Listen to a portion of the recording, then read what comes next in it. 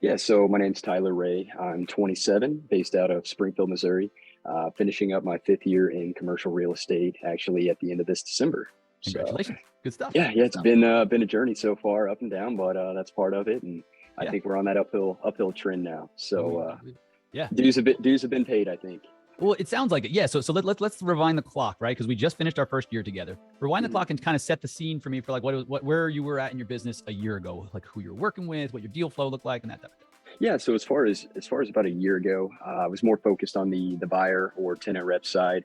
Didn't really have much emphasis on the seller landlord listing side, or really actively prospecting for listings or Okay. trying to gain those. So, Mhm. needless to say, mixed with not working with the seller landlord side and not being unsure of how to prospect, what to say, how to navigate the transaction.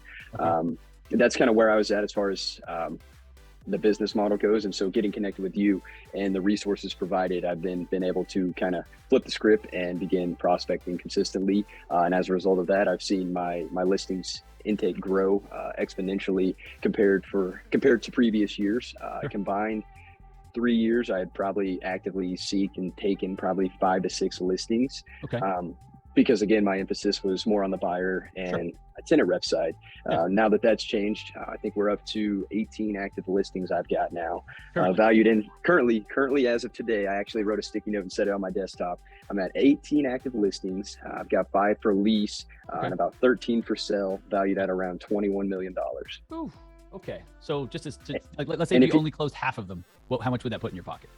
more than I would know what to do with. I don't have a calculator handy, so I'm gonna guess, you know, 5 to 700,000 ballpark if I had to just shoot off the top of my head, given expenses, stuff like that. So yeah, it wouldn't be a bad year to just focus on the active listings and try and get those moved. Yeah. It could be a good year or two or few Yeah. years.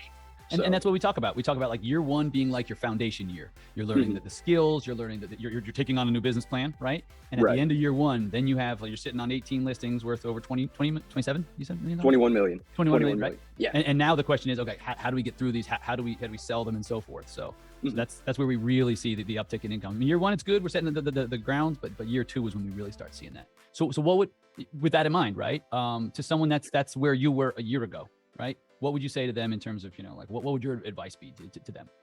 Well, my advice, sorry, one would be if you haven't got connected with Christian, I'd probably recommend doing that, because I can tell you where I sat a year ago today and where I sit as of right now. This Thank you. call are drastically different in a good way. So, Yeah. needless to say, I would say get connected with Christian if you haven't.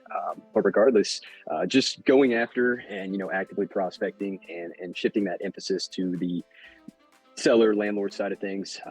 Taking in listings, essentially, as long as you're moving the property, you're guaranteed half the commission ultimately. So having that locked in and then being able to potentially field or yield prospective buyers or tenants, so to speak, you really just have the opportunity to double your income just from actively prospecting on one side of the table. Got it. And what would you say is, but previous to taking on this method, what was the biggest mistake that you were making? Uh, I wouldn't even. The biggest mistake I was making was I wasn't prospecting. To be transparent, I didn't know what to say. Between lack of confidence, lack of what to say, how to navigate the conversation, dealing with the rejection or rebuttals, and just knowing how to navigate and get from start to finish of the conversation. Mhm. That's been one of the biggest takeaways through this course. Is a year ago where I was at, I would call somebody up and I wouldn't know what to say. I'd just be fumbling, trying to pull things out of the sky and hope it makes sense, and Yeah. hope something clicked in their head and they were willing to give me a shot. But now it's just kind of tried and true, black and white on paper, pick it up, make the calls happen. And it's translated into nothing but success for me. Love it. Love it. And do you feel like with a high degree of confidence that you have kind of like the blueprint necessary for future success year after year?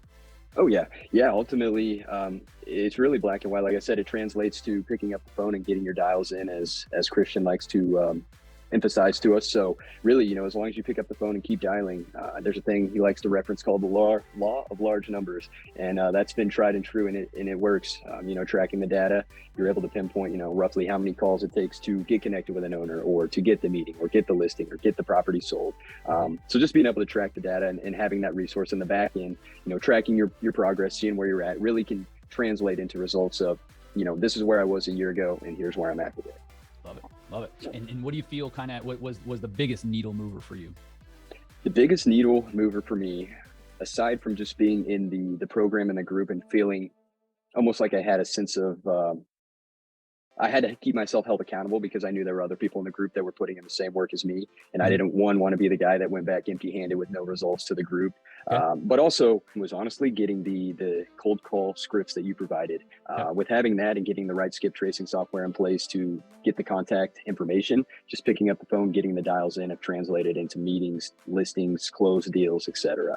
So for me, really, the scripts were probably the tried and true biggest thing that really kind of pushed me to start actively prospecting more because it took the guesswork out of what am I going to say or how am I going to navigate that conversation, or if they reject, how do I what's my next move? What do I So say? Yeah. So like by yeah. having a framework to follow, it gave you the Yes, confidence to be able to pick up the phone and not be kind of grabbing for things, if I'm hearing you right. yes, that's a great way to put it. Yes, having the appropriate prospecting framework provided, again, like you said, the framework takes all the guesswork out of what you do. You just follow it to a T, and it's translated into results, black and white. Love it. Cool. And then what would your recommendation be, or what would you say to someone who's on the fence that's like they're considering, getting into a program like ours? Like, what would you say to them? Well, the biggest investment you can make is in yourself, and this was actually the same conversation I had with Christian a year ago when we were discussing me joining the program. I said, Mhm. ultimately, I want to get into my mid 30s and be 10 years into a career. Know that I look back in my mid 20s. I provided myself the resources. I made the investment in myself to try and put myself one step ahead of the game if possible. Got it. And do you feel like you've done so? Yes. Oh yeah. Yeah. I feel the momentum building, and I'm honestly just ready for the holidays to be over. So that way, activity picks back up, and we can get back to work and get fire in for 2023. 100%. Awesome. Well, Tyler, I'm really looking forward to watching your career blossom. You took off four listings out of the gate in the first 39 days. Like you took off like a bat out of hell, and it's been really, really fun to watch. You're inspiring for not only me as a coach, but also the others in the program. They really love watching how fast and far you're moving, and to see where you're going to be at 35.